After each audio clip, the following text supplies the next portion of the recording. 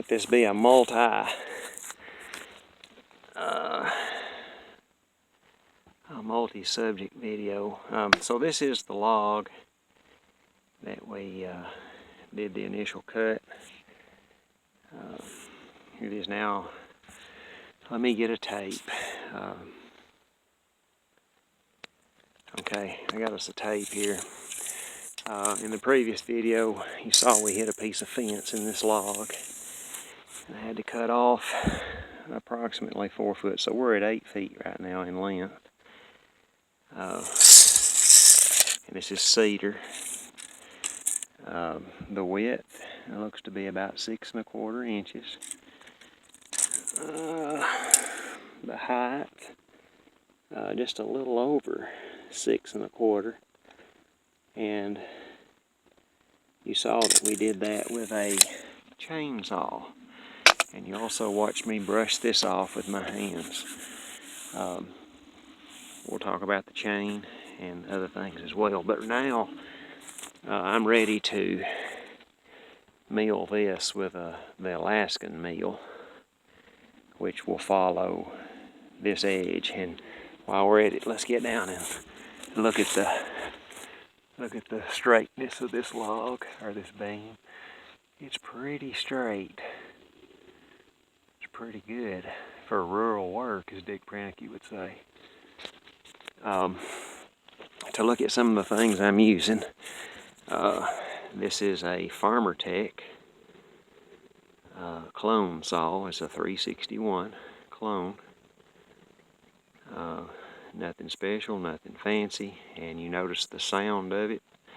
We're turning about 10,005 to 11,000 RPM, and that's carburetor limited. This saw will turn a lot more RPMs, but I don't want it to do that. I want it to pull, and I want it to get plenty of lubrication. Running a full wrap kit available through Steel, and those are OEM parts. Very few OEM parts used in the build, but I paid more for the OEM parts than I did for the entire kit to build this saw. You also notice I'm running a knockoff lumber maker / mini mill. You can find that in the back videos, a couple, 2 or 3 years back. I was originally running this on a Steel 038, 2 of them actually, of which I have let go to other owners, still running when they left me. My father drilled this bar, and it's drilled in such a way that we can flip it. The original setup comes with set screws. They do provide this other hardware as well. And anyway, we drilled this bar. That is a German-built Sandvik bar right there. And my Forester bar is also drilled in the same manner where it can be flipped. This is a 20-inch bar, and we are running a high output oiler, Steel OEM internals on this particular saw, where it will oil, and it will oil a 32-inch bar, and oil it well. And that also in other videos. You'll notice some chain stretch here, and that is a hard-nosed bar, no roller in that tip, and this little saw has got the beans to pull it. As to how we're doing this operation, in my early videos, you saw me cutting a white oak beam.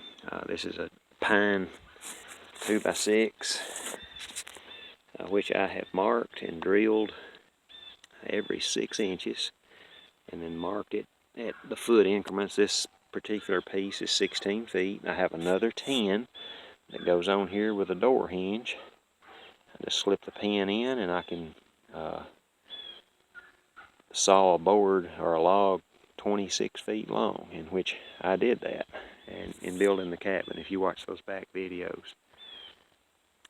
Anyway, and then the boards on either end of the log that this attaches to, same thing. I have these drilled in increments, pre-drilled. You don't have to be this neat with it, or you can go even more precision if you want to. Some people use a concrete form, aluminum concrete forms to follow. Why did I go this route? I've got an Alaskan mill. Why did I go this route? Well, the ladder bars and the pieces and the hardware to make that initial cut are very expensive. And this is just a cheap way of doing it. It was my entry into milling, and then I saw that this worked great. And rather than move this board around on the log and mark and cut, I got the Alaskan. Using GRK Torx head screws to do that with. All of the porch for the cabin, I did all those flats on those logs with the 361. I had some commenters in the back videos said, "Ha, kill that saw. This saw is not struggling." Yeah, it might kill it, but that's why I got it, to make lumber. Cut firewood and do some light logging, whatever I need to do here. Overview of some of the logs here that I'm working on. Got some covered up here. Wood pile, poplar, cedar, white oak. You also notice I'm wearing chaps and a helmet, hearing protection, gloves at times. Be safe, be careful. Thank you for watching.